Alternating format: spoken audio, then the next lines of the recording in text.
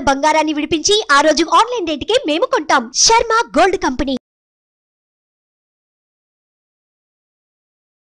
Hi, welcome to our channel. ఈరోజు మనతో పాటు ఉన్నారు జ్యోతిష్య వాస్తు పండితులు, జ్యోతిష్య వాస్తు శిక్షణ నిపుణులు, లలితాదేవి ఉపాసకులు శ్రీ నానాజీ పట్నాయక్ గారు. నమస్కారం గురువు గారు. శ్రీమాత్రే నమః. సార్, ఆదివారం అమావాస్య. అసలు ఆదివారం అంటేనే అమావాస్యకు ఒక ప్రత్యేకమైన ఏర్పడుద్ది, అంటే చాలా ప్రాముఖ్యత ఏర్పడుద్ది. నిజంగా ఈ అమావాస్య ఎటువంటి నక్షత్రంలో వచ్చింది? ఈ అమావాస్య రోజు ఏం చేస్తే మనకు బెటర్ రిజల్ట్స్ ఉంటాయంటారు? యాక్చువల్గా అమావాస్య రాత్రి సమయంలో ఎక్కువ ప్రభావం ఉంటుంది. అయితే ఆదివారం కూడా చేసుకోవచ్చు, తప్పేం కాదు. బట్ శనివారం మధ్యాహ్నం ప్రారంభమే, ఆదివారం మధ్యాహ్నం సమయంలో ఎండ్ అవుతుంది. బట్ ఆదివారం కూడా చేసుకోవడం తప్పలేదు. అయితే ఈసారి వచ్చేటువంటి అమావాస్య దేనికి పనికి వస్తుంది అనే విషయం తెలుసుకోవాలి. ప్లానటరీ పొజిషన్స్, గ్రహాల యొక్క స్థితి ఏదైతే ఉందో ఆ గ్రహస్థితి ద్వారా మీకు లాభం కలుగుతుంది. ఎప్పుడైనా ఏ అమావాస్యకి ఏం చేయాలని. ఈసారి వచ్చేటువంటి అమావాస్య విజయం లభించట్లేదని బాధపడుతుంటారు చూసారా? అంటే నేను సక్సెస్ రావట్లేదు, నేను ఏమి చేసినా కలిసి రావట్లేదు అని బాధపడుతుంటారు కొంతమంది. ఒక్క దాంట్లో లాభం లేదు, అన్ని నష్టాలు అనుకుంటారు చూసారా? లాభస్థానంలో శుక్రుడు, శని, రవి, చంద్ర అంటే కుంభరాశిలో ఉంటున్నాయి ఈ 4 గ్రహాలు కూడా. ఈ 4 గ్రహాలు, శుక్రుడు శని అంటే ఏమిటంటే లక్ష్మీ యోగం అంటారు. శుక్రుడు శని లక్ష్మీ యోగం ఏర్పడుతుంది ఈ అమావాస్య కనుక ఎవరైనా చేసుకుంటే. అయితే ఈ కాంబినేషన్ ఏర్పడినప్పుడు శనివారం కానీ ఆదివారం కానీ 2 రోజుల్లో ఏ రోజైనా చేసుకోవచ్చు, తప్పేం లేదు. అయితే లలితా సహస్రనామాలు ఉంటాయి కదా, ముఖ్యంగా సాయంత్ర సమయంలో చేయాలి. ఇది సాయంత్ర సమయంలో లలితా అమ్మవారికి సంబంధించిన పటం పెట్టుకొని ఒక్కొక్క నామం వస్తుంటుంది మనకి. శ్రీమాత, శ్రీ మహారాజ్ని, శ్రీమత్ సింహాసనేశ్వరి, చితగ్నికుండ సంభూత, దేవకార్య సముద్యత, ఉద్యద్భాను సహస్రాభా, చతుర్బాహు సమన్విత అని ఇలా వస్తుంటుంది. ఒక్కొక్క నామానికి మీకు గనక నామాలు వస్తే శ్రీమాత్రే నమః, శ్రీ మహారాజ్ని నమః, శ్రీమత్ సింహాసనేశ నమః ఇలా చేసుకోవచ్చు. లేదండి నాకు పలకడం రాదు, యూట్యూబ్లో పెట్టుకుంటాను, అది వస్తూ ఉంటే నేను చేస్తాను అనుకుంటే చక్కగా అది అలా మోగుతుంటే ఒక పక్క మీరు ఒక్కొక్క పుష్పం తీసో లేకపోతే ఒక కుంకుమతో చేస్తే. అమావాస్య అంటే ఏమిటి? చీకటి. విశ్వంలో చీకటి అలముకుంది, మీ యొక్క జీవితంలో కూడా చీకటి ఉంది. అంటే ఏమిటి? ఏ సక్సెస్ రావట్లేదు. అలా రానప్పుడు అమ్మవారిని గనక ప్రార్థించినట్లయితే ఈ చీకటి శాశ్వతం కాదు. అమావాస్యలో వచ్చిన చీకటి శాశ్వతమా? తొలగిపోతుంది. అంటే ఏంటి? తర్వాత మళ్ళీ మీకు వెలుగుంది.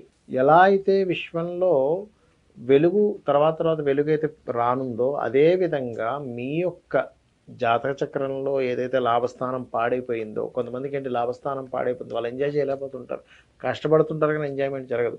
ఇప్పుడు లాభస్థానంలో ఈ గ్రహాలు ఉండి ఆ యొక్క అమావాస్యనాలు వచ్చాయి కాబట్టి లలితా అమ్మవారు చదువుకోవడం వల్ల, అందులో పర్టికులర్గా లలితా అమ్మవారు చదువుకోవడంలో మీకు ఎటువంటి ఇబ్బంది ఉంది, మానసికంగా ఇబ్బంది ఉందనుకోండి ఉదాహరణకి.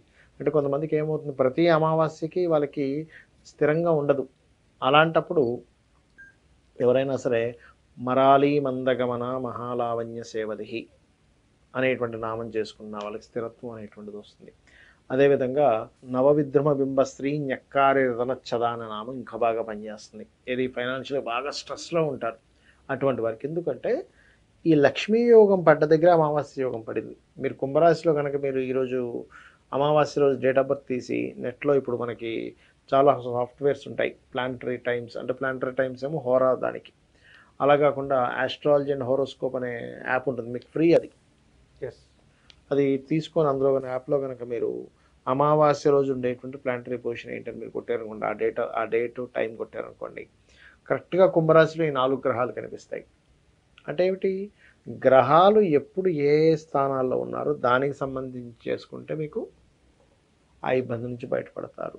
కాబట్టి ఈ నామం నేను చెప్పినటువంటి నామం చేసుకుంటూ లలితా అమ్మవారు చేసుకోవాలి. ఇప్పుడు కొంతమందికి కుదరదు, ఏ హాస్టల్లోనే ఉంటారు, అక్కడ ఈ పూజ గది ఈ కుంకుమత చేయడం కుదరకపోవచ్చు కొంతమందికి. అలాంటి వారు ఏం చేయాలి అని చూసుకుంటే కనుక కూర్చొని చక్కగా మీరు ఉన్న ప్రదేశంలో కూర్చొని ఇయర్ ఫోన్స్, ఇప్పుడు అందరికి బయటకి కూడా చేయాలంటే ఒక్కోసారి ఇబ్బందిగా ఉంటుంది, వేరే వాళ్ళు చదువుకోవచ్చు ఏ హాస్టల్స్లోనే ఎక్కడో, చక్కగా హెడ్ ఫోన్స్ ఇయర్ ఫోన్స్ పెట్టుకొని లలితా నామాలు పెట్టుకొని మనసుతో, అంటే మానసికంగా అనమాట. అంటే అట్లాగా మీరు కూర్చొని మీరు నిజంగా పూజ చేస్తున్నట్టుగా ఒక పటం ముందున్నట్టుగా భావించి, మనసుతో భావించి ఆ పటానికి చేస్తున్నాను అనేటువంటి భావంతో ఈ 29 నిమిషాలు ఉంటుంది లలిత సహస్రనామాలు యూట్యూబ్లో, అలా కూడా చేసుకోవచ్చు.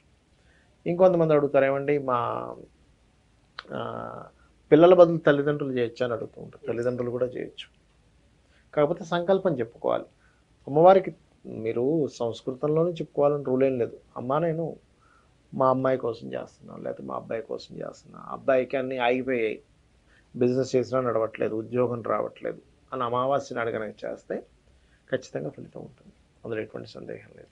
సరే, ఈ ఈ రెమెడీతో పాటు ఈ అమ్మవారి మంత్రం చదువుతో పాటు రెమెడీస్ చాలా మంది అడుగుతా ఉంటారు. అవును ప్రతి అమావాస్యకి మనం రెమెడీస్ చెప్తా ఉంటాం. అవునవును. ఈ క్రమంలో ఎలాంటి రెమెడీ చేయాలంటారు?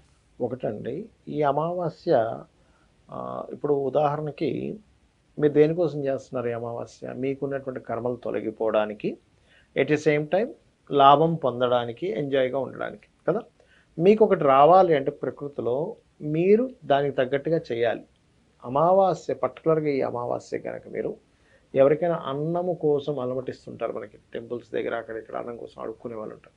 ఒక 11 ప్యాక్స్ అన్నము, పెరుగన్నం కావచ్చు, లేనట్లయితే ఇంకేదైనా తీపి పదార్థము కలిపి మీరు కనుక ప్యాకులుగా 11 మందికి పెట్టగలిగితే అమావాస్య నాడు ఖచ్చితంగా మీకు, ఎందుకంటే అమ్మ నాకు ఆకలితో ఉన్నాడు, నాకు హ్యాపీ ఫీలింగ్ వచ్చింది అని ఒక ఫీల్ ఎక్స్ప్రెస్ చేశాడు కదా. అలానే ఏదో పాతది రాత్రి మిగిలిపోయింది అట్లా పెట్టకూడదు. ఎందుకంటే మీరు ఎవరికైతే దానంగా ఇస్తారో ఆ దానంగా ఇచ్చిన వ్యక్తి ఫీల్ అయిన దాన్ని బట్టి మీకు రిజల్ట్ ఉంటుంది. ఓకే, అంటే చిన్న ఎగ్జాంపుల్, ఇప్పుడు మీరు ఆఫీస్లో ఒక వ్యక్తిని పెట్టుకున్నారు, ఎప్పుడేదో తిడుతూ ఉన్నారు, రిజల్ట్ ఎలా ఉంటుందండి? ఆఫీస్లో నెగిటివ్, మొత్తం నెగిటివ్ ఉంటుంది. అరే నన్ను ఇంత తిడుతుంటే నేను ఎందుకు చేయాలి? అలా కాకుండా ఆ వ్యక్తిలో టాలెంట్ని గుర్తించి కొంచెం ఎంకరేజ్ చేస్తూ, కొంచెం భయం పెడుతూ, అరే మనం ఇట్లా చేయాలని ఇచ్చేస్తుంటే అప్పుడు ఎలా ఉంటుంది? రిజల్ట్ ఈజ్ మోర్ పాజిటివ్గా ఉంటుంది. అట్లా అనమాట. సరే, అదే విధంగా మనం ఇప్పుడు ఇందాక మాటలో మాట ఒకటి వచ్చింది, రాత్రి అన్నం పెడితే వాడు తినేటప్పుడు కూడా అరే ఈ అన్నం ఇలా ఉంది అనే ఆ నెగిటివ్ ఫోర్స్ కూడా ఆ వ్యక్తికి వచ్చే ఛాన్స్ 100% ఉంటుందండి. 100%. ఎందుకు? ఇప్పుడు మీరు ఒక డబ్బులు పెట్టే కొనుక్కున్నారండి హోటల్కి వెళ్ళి, బాగాలేదు, ఎట్లా ఉంటుంది మీకు? Feel bad. ఇంకోసారి పోరు అస్సలు. అవును. అట్లాగే ఒక వ్యక్తికి పుణ్యం రావాలి ఒక పదార్థం ఇవ్వడం ద్వారా అనుకున్నప్పుడు ఎంతో మంచి పదార్థం ఇవ్వాలని చెప్తుంది శాస్త్రం. తింటే అబ్బా ఈ జన్మకు చాలరా అనేటట్టు ఉండగలగాలి. ఎందుకంటే ఆకలితో అలమటిస్తున్న వ్యక్తికి మనం కూడా ఒకానొక సందర్భంలో పొద్దు నుంచి సాయంత్రం వరకు తినకపోతే ఒకసారి తింటే ఆ ఫీల్ ఎలా ఉంటుందో అతనికి అలా ఉండాలి. అది ఈ విశ్వం మొత్తం అవతల వాళ్ళు ఫీల్ అయ్యే దాని మీద, ఎక్స్ప్రెస్ చేసే దాని మీద నడుస్తూ ఉంటుందండి విశ్వం మొత్తం కూడా. మొత్తానికైతే సార్, అమావాస్య రోజు అమ్మవారి మంత్రాన్ని చదవలేని వారు కనీసం వినండి అని చెప్పారు 29 నిమిషాలు. అదే విధంగా రెమెడీ ఏంటంటే అన్నం దానం చేయమని చెప్పారు ఒక 11 మందికి. Thank you sir, thank you. శ్రీమాత్రే నమః. సో చూసారు కదా, ఈ అమావాస్య రోజు ఏం చేయాలి, ఏ మంత్రం చదవాలి, ఏ రెమెడీ చేయాలని గురుగారి మాటల్లో తెలుసుకున్నాం. ఇది వాటి కార్యక్రమం. మరో కార్యక్రమం మళ్ళీ కలుద్దాం. Thank you.